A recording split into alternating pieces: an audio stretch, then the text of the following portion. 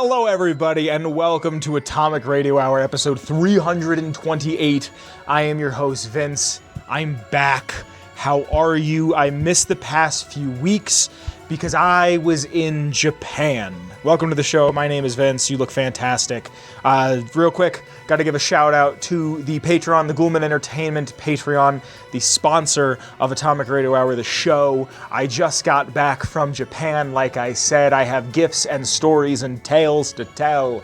It's something that I've wanted to do since I was very, very young. Probably one of the first things that I was like, yeah, I want to go do this. When I was really, really little, I got to go to Godzilla Fest in Tokyo as it was going on. I spoke no Japanese whatsoever. I bought an egregious amount of Godzilla toys. I bought a shirt, a bunch of other stuff. I ate, and I ate, and I ate some more. I actually picked up something that I want to show off real quick. In my quest to get a pressing of every copy of Fallout 3, I now have a Japanese pressing of Fallout 3. And something we want to talk about a little bit at the end of the program is how this relates to a country that has been affected by nuclear warfare. It's just Fallout 3. It's nothing special. I wish the back of it, or the spine of it, said Fallout 3 in Japanese, but it does have the 0Z0 rating. This roughly translates to something like grotesque and violent scenes, and this says not to be sold to anyone of the age of 18. This is the pressing that does not have the option to blow up Megaton because of what the United States did to Japan on August 6th of 1944. It's kind of surreal to see something I'm so familiar with in another language. The disc is very much the same. It's nothing special. But the booklet, hold on. The booklet, mind you, is completely Japanese. I don't know how well that's showing up on camera, but like Mysterious Stranger, you need a luck of 6. And then that's everything in Japanese. It's like here, super mutants at the water purifier getting burned alive in Japanese. Just very, very wild, very surreal. I had a few chances to pick up the versions on Xbox, but I didn't get them for a multitude of reasons. One of them being that the Xbox section in used game stores is sometimes at most 12 games. I kid you not. It's nothing. It'll be more original Xbox than it is 360. I guess 360 actually did numbers. I know Xbox is not big in Japan. It's mostly Sony, it's mostly PlayStation, and it's predominantly Nintendo. I didn't really buy any games. I bought that for myself. I also bought a Japanese copy of Resident Evil 7, or as it's called there, Biohazard. And that's what's cool about Resi 7, is that in America, it's Resident Evil 7 Biohazard, and then in Japan, it's Biohazard 7 Resident Evil. And now I have that, and I actually popped it in my PS4, and it works.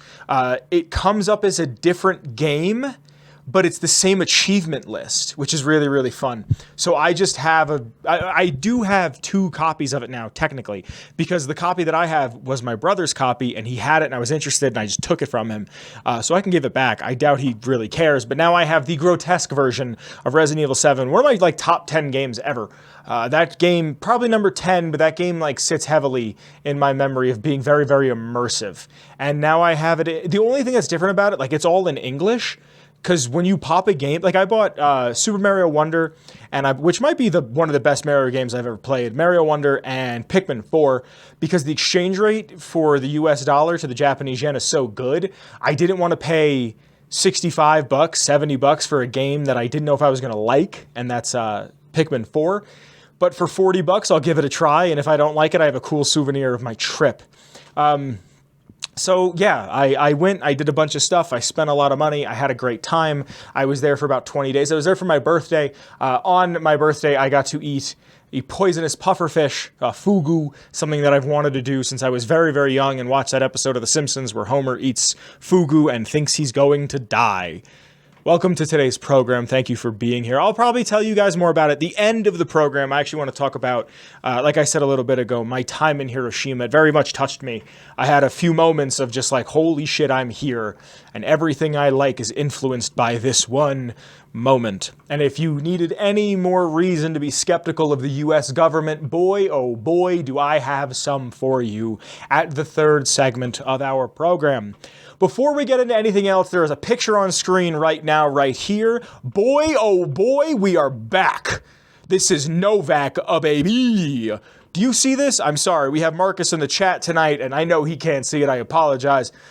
But what is on screen right now is a picture that is presumably NOVAC from New Vegas for Season 2 of the Fallout show on Prime.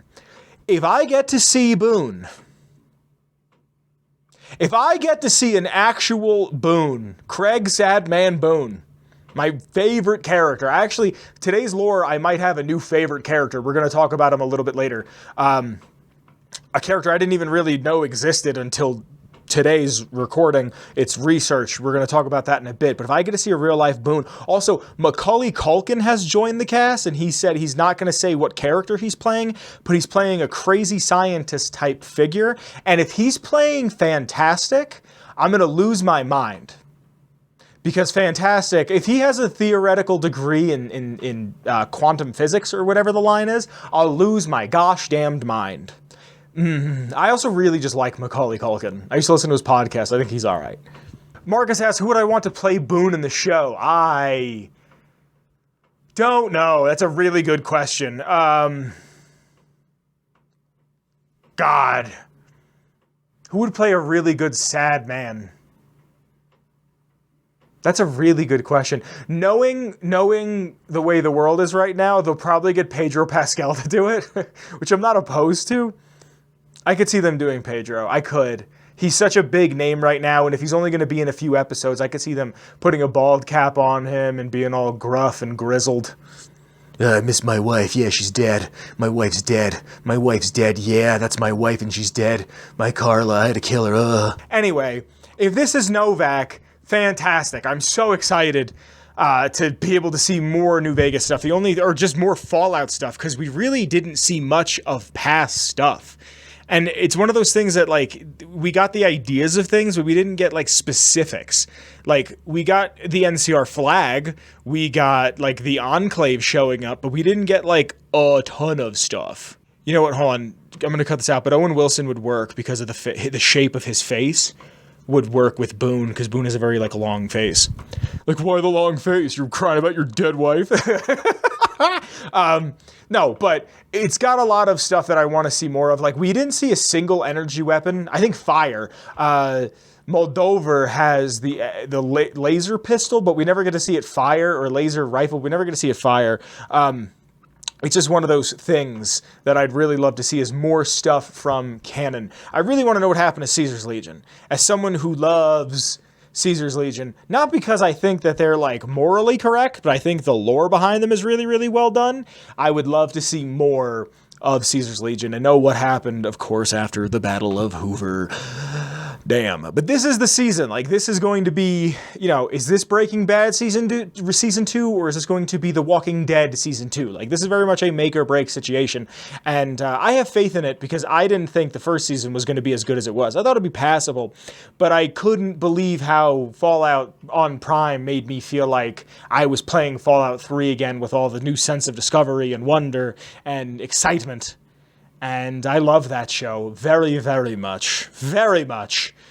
So I just hope, you know, I hope it's not like 2 years from now we're sitting here going, yep, isn't it cool that Fallout had only one season and then they never made another one? I just hope we get a conclusion, because that's kind of the thing with the lore of Fallout, is I want there to be a conclusion to what I have seen. So even if the conclusion is something small, like Lucy XYZ to XYZ character and XYZ happens as a result, even if they leave some things out in the open, we can find out about them in a game, as long as the idea is put forth. It might not be a huge payoff of like, oh, hey, this happened and then that happened and we got to see these characters interact, but, you know, I could always read a terminal or talk to a ghoul who was around from back then and figure things out. So this week's lore, I have a really good one. I have kind of a controversial topic for this week's lore, something that I'm very excited to talk about because I have so little experience with it. So I'm kind of learning about it as I presume someone like you might be learning about it as well. But before I can get into this week's lore, I have to thank the Patreon. Now, I brought it up at the beginning of the program, the Patreon is the sole sponsor of Atomic Radio Hour, and because of viewers like you that enjoy the show, it can continue to grow and get bigger and better.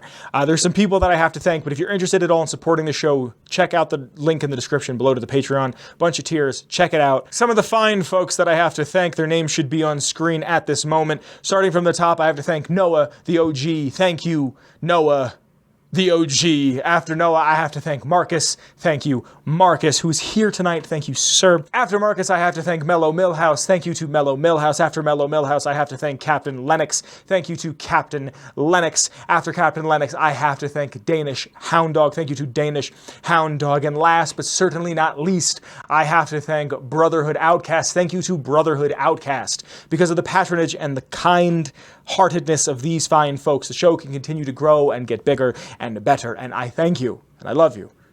Enjoy this week's rest of the show. The thing about being away for like a month is it comes back to you only in the way I could imagine getting on a bicycle for the first time in 15 years gets back to you. So for this week's lore, I did something a little different. I wanted to try something a tad bit different. I didn't ask a poll question. I just went on the Patreon and asked, what did you want to hear? So normally what I do is I have a poll question, right? And I go, here's the theme for this week, and here's this, and here's that. What do you want to hear? What do you want to see? What do you want to, whatever. But I wanted to kind of put the power, I wanted to put the keys into your hands and see how you felt about it. So I went on to the Ghoulman Entertainment Patreon and I asked a question, simply, what do you want to hear? And this week's is one that I never thought that I would cover. So if you would like to hear any lore, and I mean any lore whatsoever, from the Fallout franchise, be it the show, the one comic book we have, the games, anything, check out the Patreon.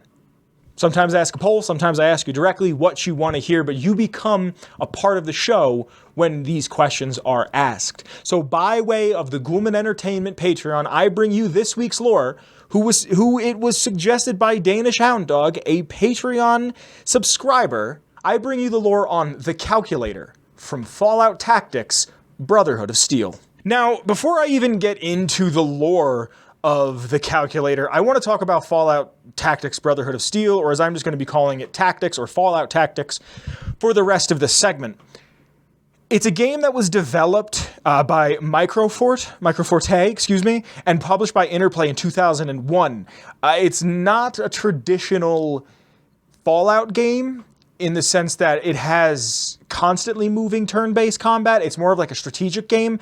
That's why they didn't give it the title of Fallout 3. It was developed by a different studio, but then published by Interplay, like I said. It takes place in the Fallout universe from 2197 to 2198, about those times. And before I can tell you about The Calculator, I have to tell you about Vault Zero. Let me tell you something fun about Vault Zero.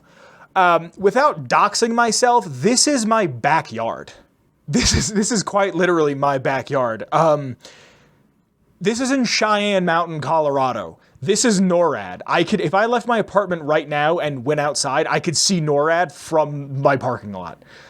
This is my backyard. I didn't realize how close this was to me. Like, I had an idea, but this is visible. This is like, there is a part of, if you really want to find out where I live, you could do it this way, but I doubt you'll do this. There's a video of the cutscenes. I guess it seems like Ron Perlman kind of narrates. I've never played Fallout Tactics. Let me start there. I've never played Fallout Tactics. I own it. I've never booted it up.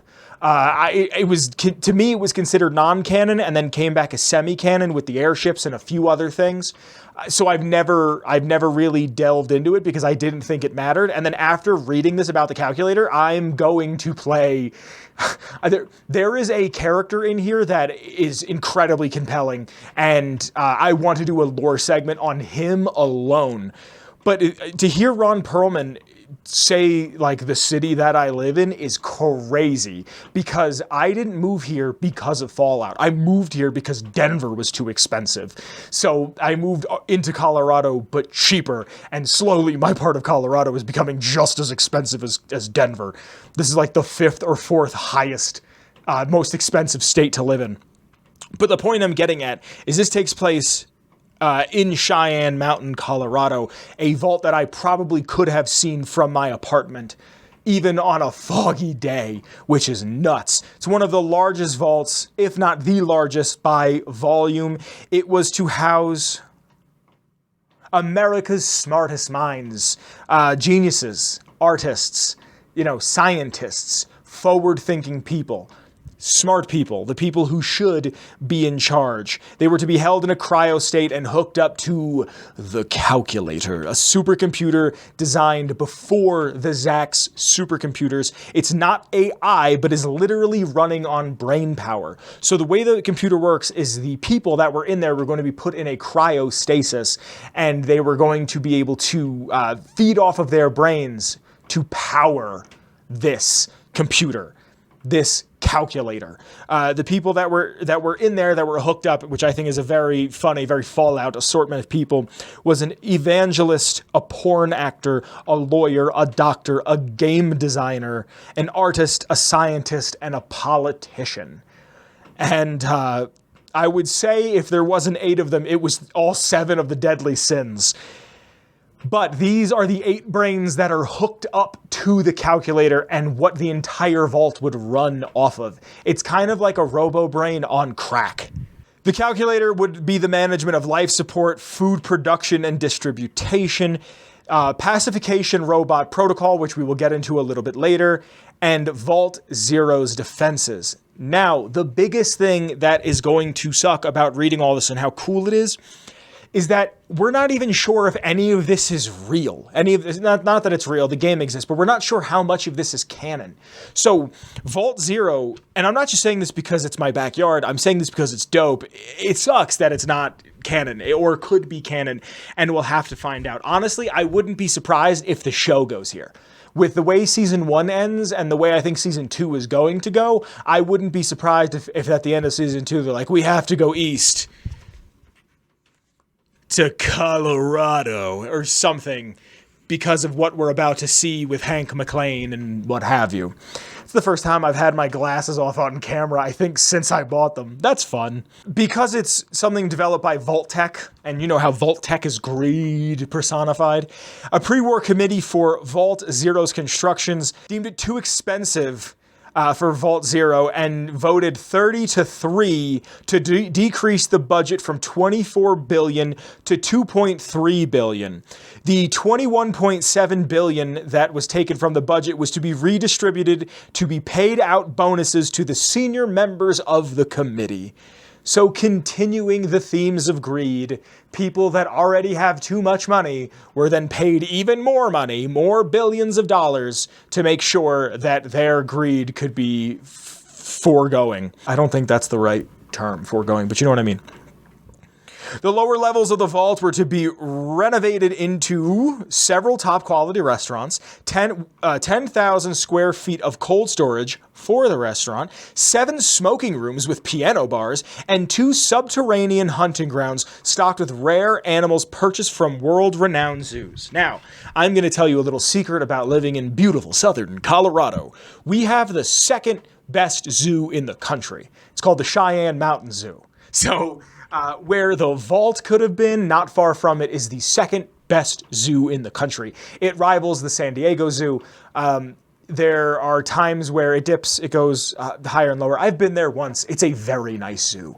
The penguins you can just kind of walk up to, and they walk up to you and they go quack, and that's it. And it's great. The lions are really cool. When you walk in, you get to like feed the giraffes. So this is, I'm willing to bet the animals they got were from the Cheyenne Mountain Zoo. It's so wild that everything that I am connected to, like, kind of is connected to me in a weird way. Like, you know, I went to DC and I was like, wow, I could see myself, 1, living here, and 2, I feel like I already did because of Fallout 3. And then I get here and it's like, oh, I played like Horizon Zero Dawn before I got out here, and then it took place around this area, and now all of a sudden, like, it's weird. It's a weird coincidence is what I'm getting at. Now, the reason why the committee got rid of all this money, the 20 some odd billion dollars, is because they thought there was dwindling chances that the Great War would have happened. And as we know, on October 23rd of 2077, the Great War occurred for about 2 hours, where nukes were thrown from one side of the Earth to the other side of the Earth, destroying it. Now, we have to talk about a fella named Gamoran. And Gamoran rips as a name and as a character. And we're also going to talk about another character named Latham, who I absolutely adored reading about. Gamoran is a mutant who fled from the Master's army after the death of the Unity. So after the Unity fell apart because of the Vault Dweller, Gamoran took some other super mutants and headed east. And there's also this character, Latham, Sir Latham. Some of this may be cut content, so I'm not quite sure. The way the wiki, I get all of my lore off of fallout.fandom.com, the Wikipedia, if you will. The Fallout wiki, the way I've read it, seemed like some of this may have been cut content, but Latham is a character who I really want to do a segment on, because just from reading the few things I read about him, some of his audio logs, it was insane, and I really, really, really liked him as a character. But Gamoran, he triggered Vault Zero's emergency pacification protocol. Now, Vault Zero has a fleet or an army of defense robots. The humanoid robot that kind of looks like the Terminator, but a little beefier, mixed with Cyrax from Killer Instinct. They also have hover robots, which kind of look like Eyebots. They're Eyebot-esque. They're round, but they have a big eyeball that's like a flashlight on them. They also have security robots, which are just Mr. Handies with like horse legs. So imagine like that ball, but like 4 horse legs. And I believe they float. There's scurry bots, which are like spiders, tank track robots, which look like tanks, but they don't have cannons. They have like rolling pins with sharp, spiky death on the other end of it. They also have load lifters robots, which are Securitrons with like swords or piercing weapons. Pacification robots, which look to be like a 3-legged prone mech, and behemoths, who kind of look like a smaller version of a Halo 3 Scarab, if the Scarab was in the Fallout universe. The 4 legs, and it moves around, and it's got the big cannons and what have you. Now, Gamoran tripped the defense system and launched a behemoth against them. Originally, this defense mechanism was to fight off any sort of invading military forces, i.e. the Chinese communists during the Great War, or whenever it would happen. This attack from Gamoran, mixed with the cutbacks from the pre-war committee, killed 63% of the Vault's population. So 63%, it's never said how many people are in there, but 63% of the overall population dies. And another 15% of it has severe brain damage. And because they're all neuropathically linked, they can't do anything about it. The 2 scientists who could have helped them died immediately. Because of this, it messes with the way the robot's protocol is, and now what they're trying to do is get rid of all human life. They're trying to cleanse. It's kind of like Am from I Have No Mouth, and I'm a Scream, in the sense of it wanted to... The supercomputer was programmed to kill the other side, and the supercomputers started to talk to each other. The Russian one, the American one, they started talking, and then all of a sudden it became one computer, and they were like, oh no, it's humans that are the problem. We need to get rid of all of the humans, kind of like that. Because of the budget cuts and whatnot, this did not happen when the bombs fell. The mutants trigger this happening. Most of the space that was supposed to be for backup generators that would have saved these people, that would have made sure that their plan to cleanse the earth would have went differently, would have been done properly if they would have put the extra money into it and didn't give out bonuses. It's wild how even greed for themselves fuck them over, and not just the people below it. Because they were supposed to repopulate the planet and re-educate Neo-America in the ways of the old world. Now, that sounds like it would work. Vault Zero's main thing was that it was going to be a central hub for all the other vaults. So Vault Zero was the vault. It wasn't the first one, it wasn't the last one, it was the vault. It would have been the vault that everybody talked to. And I believe, it's not especially stated on the wiki, but I believe that because this didn't happen, the vaults had a harder time communicating with each other. It is in canon that some of the vaults would have conversation with each other. They would be able to talk to one another. Even something as minor as Vault 21 had the ability to talk to people outside of Vault 21, like Michelangelo and Sarah. They could have conversations because they were family, they were brother and sister. But, you know, this could have been all of the vaults talking, and the oil rig could kind of monitor them, and they could talk to some of them, I believe, but it didn't seem like they could talk to all of them. The calculator could not be spoken to in a way to stop its vicious rampage of extinction, and it spread to Buena Vista, Canyon City, and Great Bend, which is, again, wild to read because these are all places I have been to while living in Colorado. Buena Vista became a reactor supplying a vast majority of the calculator's power for the robot army because it is a robot army and it's kind of self-sufficient, and it's a supercomputer, and it's not an AI, but it's run on human brain power and think. It can kind of set out its own things. It's not AM in the way AM can kind of just replicate itself and create things, but it could control these plants that would make these robots. Canyon City became a robot repair station on the border of Colorado and Kansas, and Great Bend was a Kansas-based robot manufacturing facility. Soon after all of this, what was once Chicago, the ruins of it, rumors started to spread about the menace from the west. It was eliminating all life, and it was heading east. That's what's so cool about this, is we get to see about this game. There's a couple things that are really cool about it. I think the supercomputer that's run on Brain is really cool. Latham, who I really would like to do something about, Gamoran, that story rips. I won't get super into it, but it's really good. Like, seriously, go look that up, or, join the Patreon and request me to do it, because it rips. But we get to see the Brotherhood of Steel outside, and before Fallout 3, this was referred to as the Eastern Brotherhood, because it's as far east as we knew, and then after the release of Fallout 3, this was started to be referred to as the Midwest Brotherhood of Steel, so Chicago.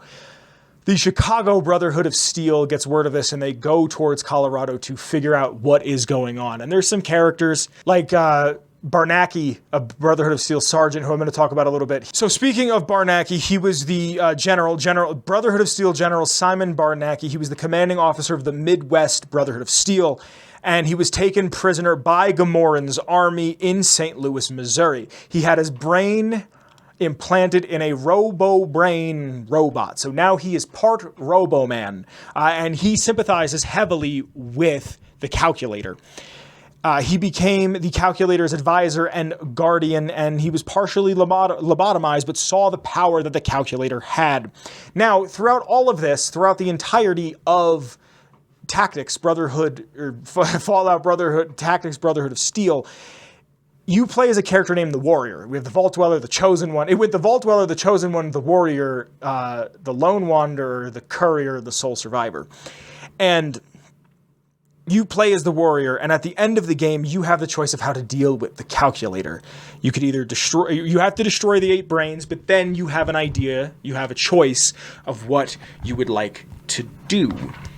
You could either merge your brain with the calculator and take control of it and then give all of the resources to the Brotherhood of Steel. You could allow Sergeant Simon Barnacki to merge with the calc, and this would result in a new Brotherhood of Steel and a new anti-mutant regime. This kind of seems like with the idea of them being like super anti-muty outside of being, from the West Coast where super anti-muty kind of follows. I would kind of imagine that there would be some residual hate towards mutants, especially after the death of the Unity, but I can only imagine that, that would kind of go away with time, especially when you get someone like Jacob and Marcus, who they would talk about, the Unity is better in this way and the Unity isn't as good, but they both respected each other. Thoughts and minds can be changed. That's why Latham is so cool. Fuck, I don't want to give it all away, but seriously, join the Patreon and request Latham, because it's dope. Or you can do 3, do nothing after you destroy the 8 brains and allow the calculator to shut down forever or destroy it entirely. The calculator has the ability, in my mind, to be up there with the Master. Now, if you sit there and talk about who are the great villains of Fallout, the Master, for me, is very high up there. Caesar, very high up there. Frank Horrigan, very high up there.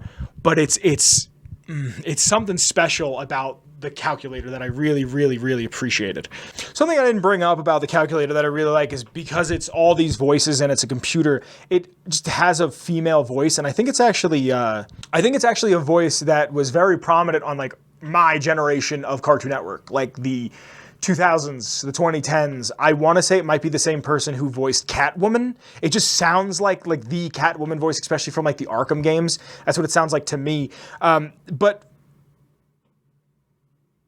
it shows up in the Fallout Bible, and I think that's the most important thing. In the Fallout Bible 8, it says, as we all know that the Vault Project is a great experiment, so what is Vault Zero used to study? And the second question, is the calculator one of the Zach's series? If not, which company or organization designed it? Well, Kane, here's what two Microforte guys had to say. Well, one more Microforte guy, Ed's too busy counting the sweet, sweet cash he's making off of Freedom Force for irrational games. Ed Ormond, the Thunder from Down Under, says Vault Zero is designed to repopulate the continent if the other vaults fail. It contains the biggest brains of the time and their genetic data. The calculator was designed before the Zach series to control and regulate vault networks.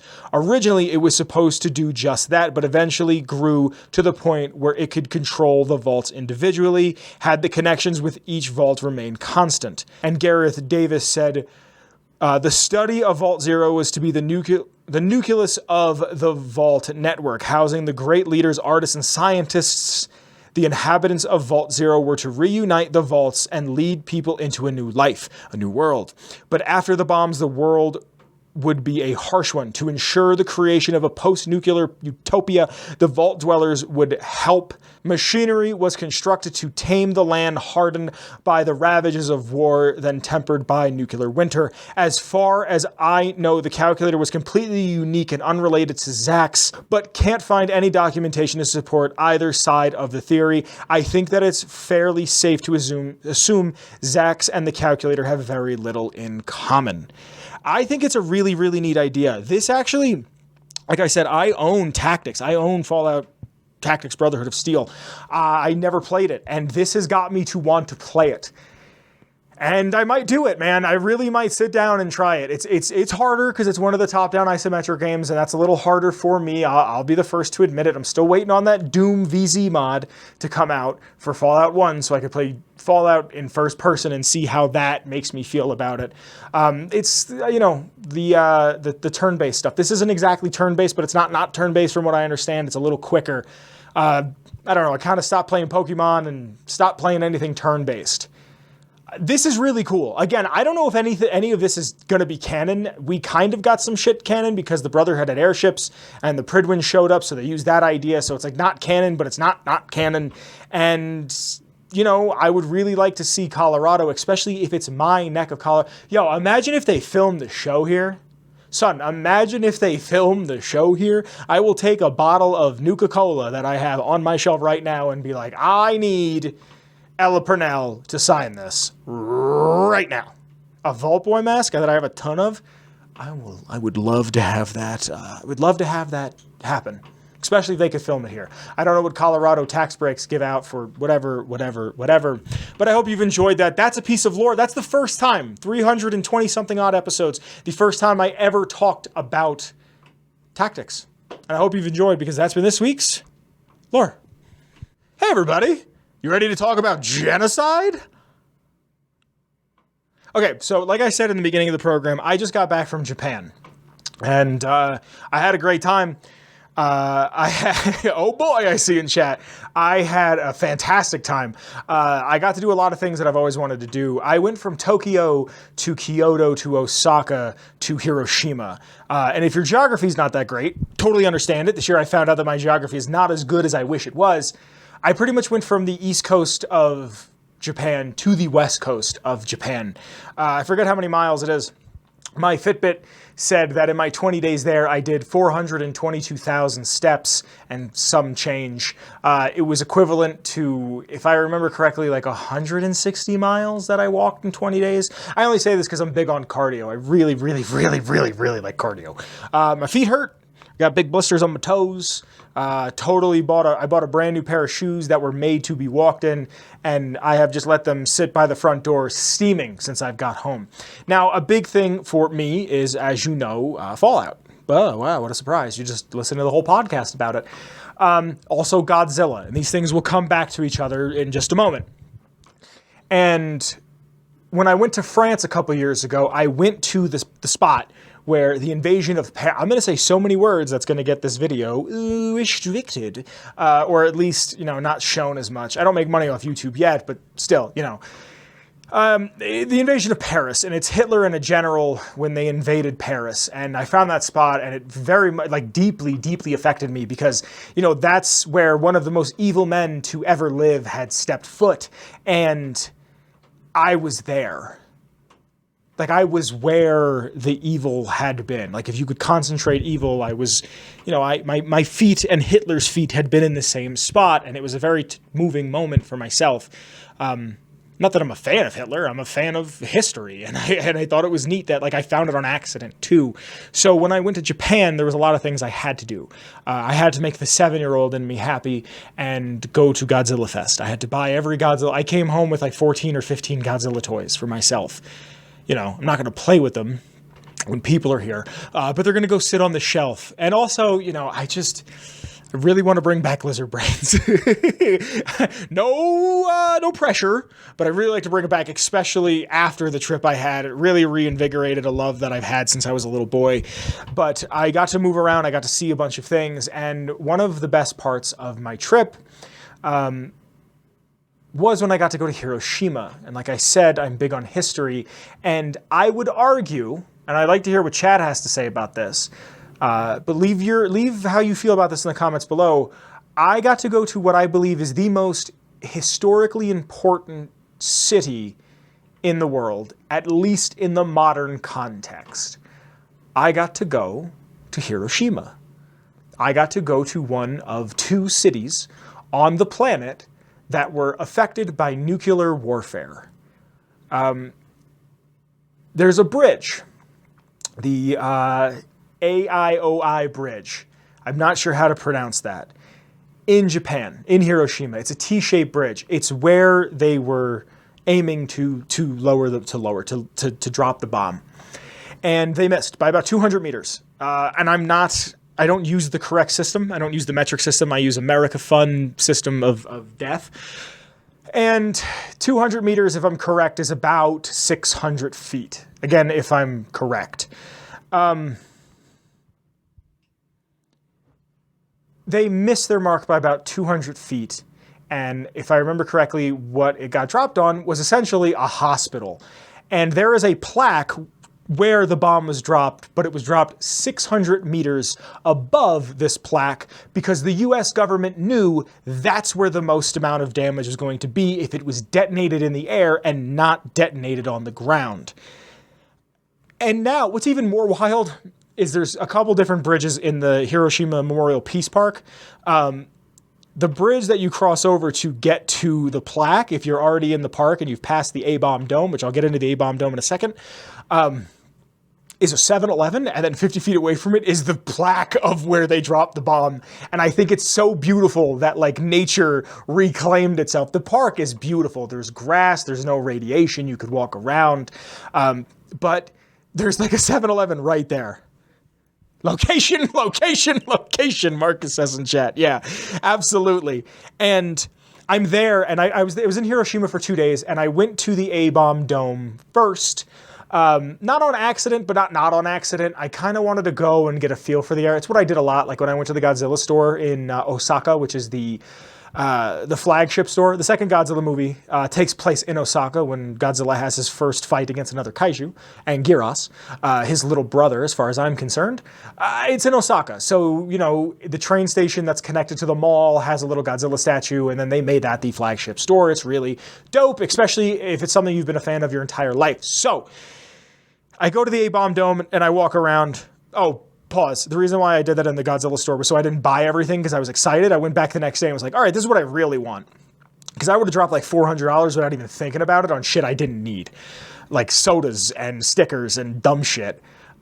So I went and I walked around, and there's the A-bomb dome, which at one point was a department store, and it changed, especially during the war. And on August 4th of 1944, the bomb was dropped and the building was destroyed, but the structure was still there. And there's a museum. There's the Eternal Flame of Peace. There's a memorial that I thought was beautiful that was so many people weren't found. Like, the bomb went off, and if you were in a certain radius, if you were in the hypocenter of it, you just vaporized. Like, you can look it up and there's shadows of people. There's one, most famous one, there's a few of them, but one of the most famous ones is a guy who was sitting on a stoop of a bank, and like that, he was vaporized. His shadow was left behind, and if I read it correctly, it was because your shadows are black, and black absorbs the most heat, and the way it works is just kind of burns that image into something. So in the museum that I wound up going into, there is a piece of this bank and just the shadow of a man who once was.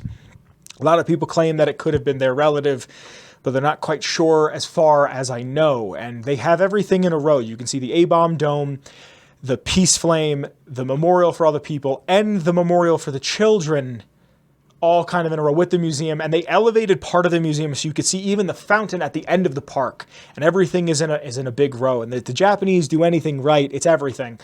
Mostly. I can't say that for honest, because I don't know. I don't live there. There has to be something they don't do correctly. But when they do something, more or less, they do it correctly. They do it with respect. They do it to honor the people that they're talking about, from my experience. There's a bunch of different plaques there. There's a bunch of different statues there. 140,000 people died between August 4th of 44 and the end of the year. Within August, September, October, November, December, within those 5 months, 144,000 people had died. And if I remember correctly, it was only about 30 to 60,000 of those were actual military people. The rest of it were civilians, a ton of children, a lot of Koreans, because if I remember correctly, Korea was still kind of part of Japan, or they had a good relationship or something. And I don't believe the Koreas had split yet, so I believe it was just Korea. I could be wrong on that. Wasn't in Korea, was in Japan. A bunch of Koreans died. There was a bunch of Americans too, a lot of prisoners of war, and also Americans that were Japanese. And because the Americans were putting the Japanese in camps in California, they moved back home to Japan, and they were killed. I was told that there was a river there. It's a little graphic, and I'm sorry, but I was told there's a river there right by the A-bomb dome, and because if you were just outside of the hypocenter and you were on fire, everyone ran to the river because it was so hot. Now, mind you, in a 1/1,000,000th of a second, in a fraction of a second, the entire place became 4,000 degrees Celsius. And for those who don't use Celsius as your prime unit of measurement, 100 C is boiling. So, that 400 times over. And Marcus in chat is telling me that it's 7,332 degrees. Okay, it doesn't take away from the severity that 1 minute it was like 60, 70 degrees, and then the next it was 7,000. So from 1 second it was a normal day, and then it was the hottest day ever on the planet ever, and then it was just over, and there was residual heat. They begged for water, they begged for shelter.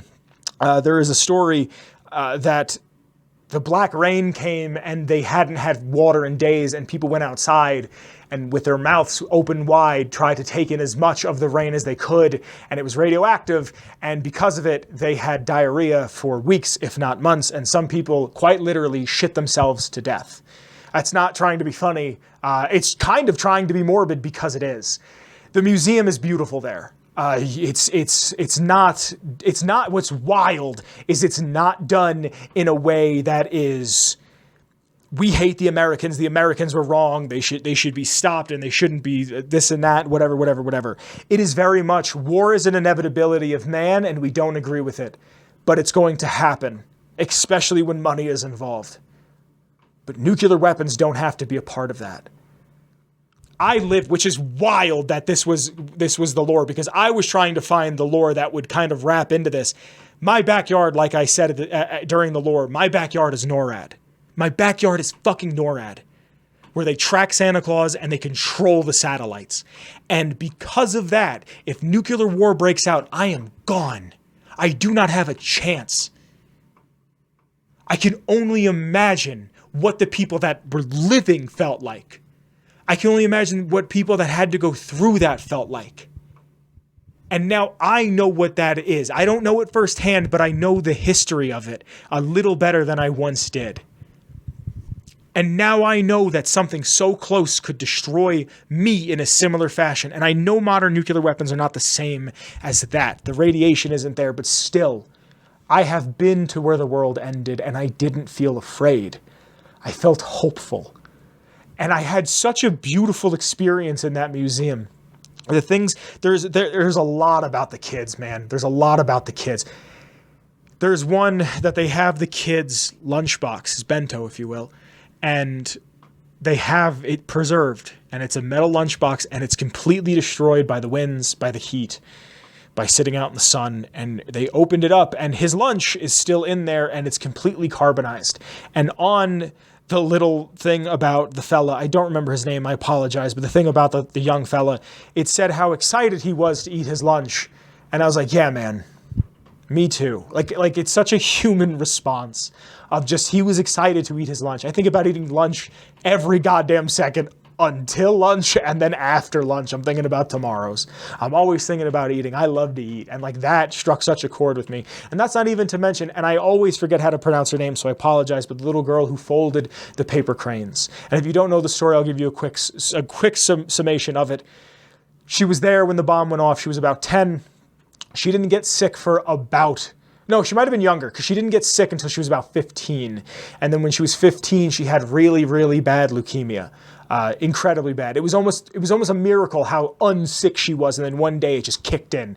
And she started folding paper cranes because there's a Japanese tradition that if you fold 1,000 paper cranes, you get a wish.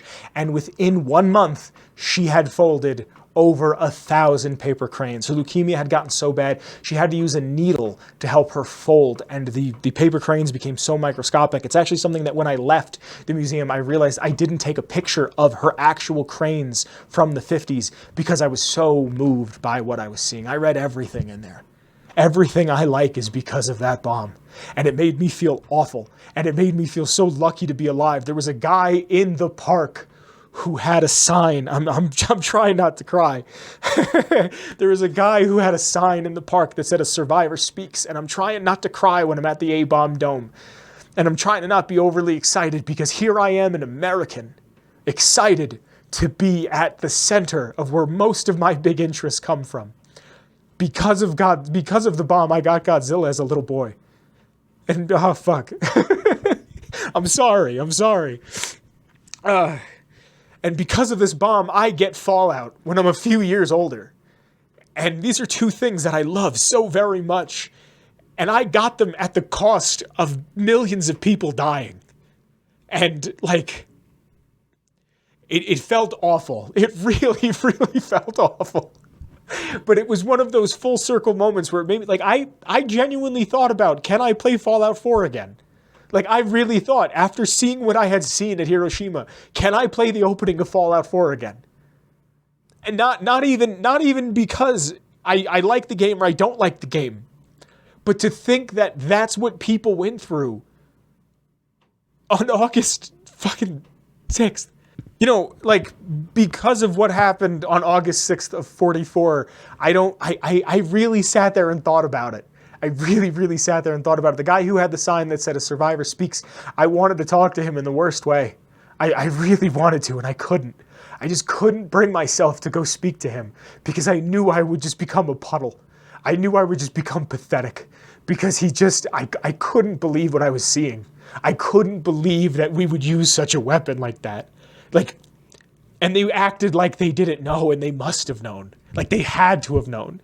And my brother, who is someone who enjoys history and really liked the movie Oppenheimer, was so taken with the fact that I went there. And he even said, he's like, do you realize where you're standing? And I said, I'm standing at the end of the world.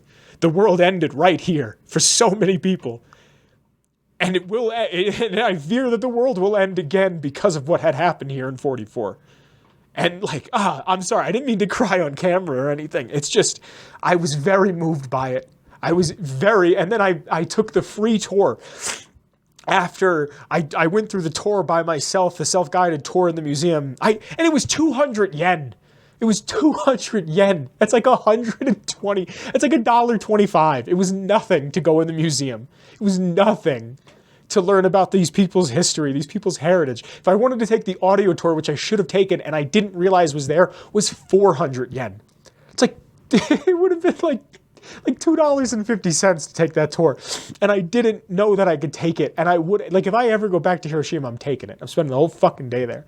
Like, I took a guided tour around the park. It wasn't the museum, but it was the park with a woman named Keiko.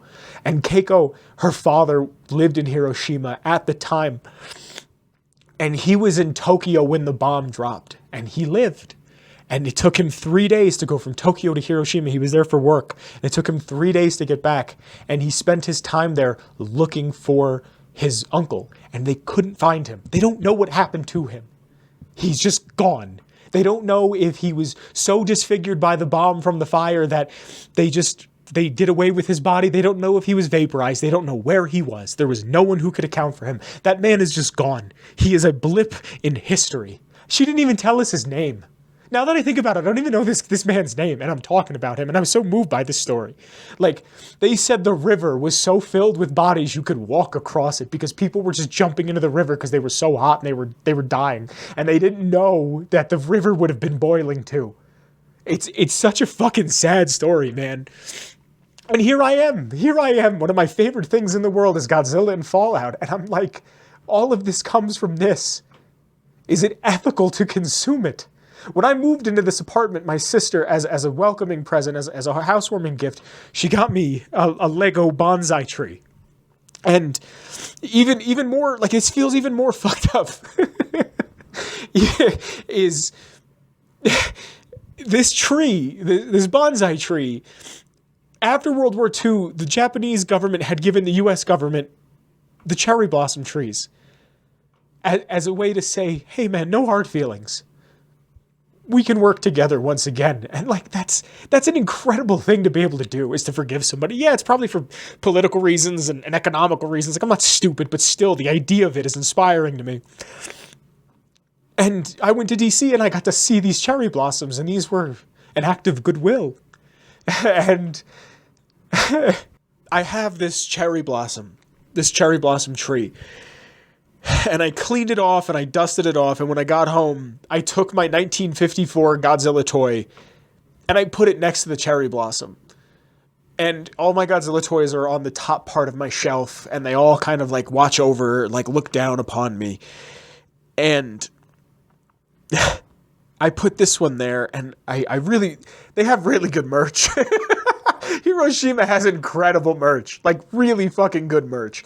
And I didn't get a lot of it because I wanted to be respectful. I bought a crane making kit for my sister for Christmas. I feel like she'd really appreciate that. How to make paper cranes. I got my mom a Christmas ornament because she loves Christmas ornaments. I don't know why. She's not even that big on Christmas. She always collects Christmas ornaments. And I got a pin of the A-bomb dome, and I got a pin, another pin. That I would go get it and show you right now, but it's green and it'll just be completely greened out. And it says nuke free since 64, 68. I don't remember. It's the year that the Peace Park became a park and it wasn't just an area. It's when they started investing into it and being a reminder of what the past is. A lot of people wanted to take down the A-bomb dome. And a lot of people said, no, we should keep this up as a reminder of what had happened here and the people who had died. And that's what Godzilla originally is look what happens when you play God. He's a force of nature. Godzilla wakes up because of the bombs. Anguirus wakes up because of the bombs. You know, even Godzilla versus King Kong, the original one, has a message in it. When you get to my favorite, one of my favorite, if not my favorite, Mothra vs. Godzilla in 1964, it's a story of greed. Like, these movies originally, they weren't just big, silly monster suits fighting each other. They were stories. They were parables. They were ways that you saw the world and it reflected back at you. And I'm sitting there with a smile on my face, crying, but also smiling because I'm so happy that I'm here because I'm getting to experience it. But probably whatever picture is behind me of the A-bomb dome, I sat there and was like, everything you like comes from this. Everything that you like is because of this moment right here, 80 years ago. It really, really sat with me. And it really, really moved me, as you could see from this segment. Yeah, it was a lot. It was a lot. It was very beautiful. The museum is done so very well. I'm very happy with my time there. And it's probably the highlight of my trip. It's one of my favorite things to talk about. That and the fact that I accidentally stood in a sex hotel. Oh, let's get on out of here, everybody. Thanks for joining me this week. I hope you've enjoyed. This has been Atomic Radio Hour, episode 328. My name has been Vince. If you like the show, check out the Patreon. The intro music is by the one and only Shane Ivers. It's called Feather Duster. You can get all of his free sounds at silvermansounds.com/free music, where you can get all of his free heaters, including Feather Duster. Check out the Patreon, link in the description below. I want to thank Marcus again for being here live tonight. There's a link in the description to the Discord as well. Check that out if you can. There's also the Redbubble, my Twitter, Kyle's Twitter, the show's Twitter. I don't know how much longer Twitter's going to be sticking around. It seems like everybody's moved. Yeah, I didn't even bring this up. In the time that I haven't seen you, we've elected a new president. The Yankees lost the World Series at home, which was awful. A bunch of shit has happened. I've just been away. I just needed a vacation. And boy, oh boy, did I have a great time. And I'm so happy that I get to share these experiences with you. Also, happy American Thanksgiving. I wanted to open the program with that, and I totally forgot. I was thinking about naming the episode Japanese Thanksgiving Extravaganza. I don't know. I love you guys. Thank you for sticking around.